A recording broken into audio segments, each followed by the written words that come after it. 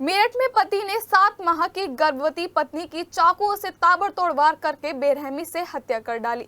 इस हत्याकांड के बारे में जिसने भी सुना उसकी रूह कांप गई। पति रविशंकर अपनी पत्नी सपना पर चाकुओं से तब तक वार करता रहा जब तक उसकी जान नहीं चली गई।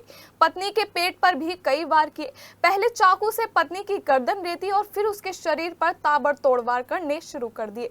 पत्नी की मौत हो जाने के बाद भी पत्नी पर चाकू से कई वार किए।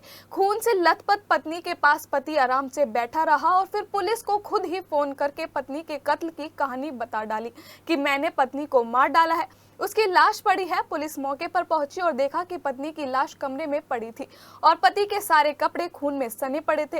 पुलिस ने हत्या आरोपी पति रविशंकर को गिरफ्तार कर लिया। मामला मेरठ के गंगानगर थाना इलाके के अमहेड़ा गांव का है। कीनानगर गांव में जनरल स्टोर की दुकान करने वाले रविशंकर की शादी 8 माह पहले जाटव गेट की रहने वाली सपना से 8 महीने पहले हुई थी। सपना के माता पिता की 18 साल पहले ही मौत हो चुकी थी और सपना को उसके जीजा मुन्ना और बहन सरिता ने पाला पोसा और उसकी शादी की।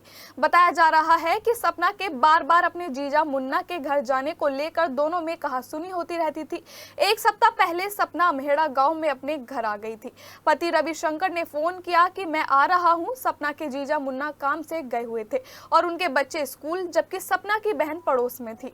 रविशंकर घर पहुंचा और सपना से बातचीत करते हुए उसका गला चाकू से रेत दिया और फिर उसके शरीर पर चाकू से ताबड़तोड़ वार कर डाले और उसकी बेरहमी से हत्या कर दी।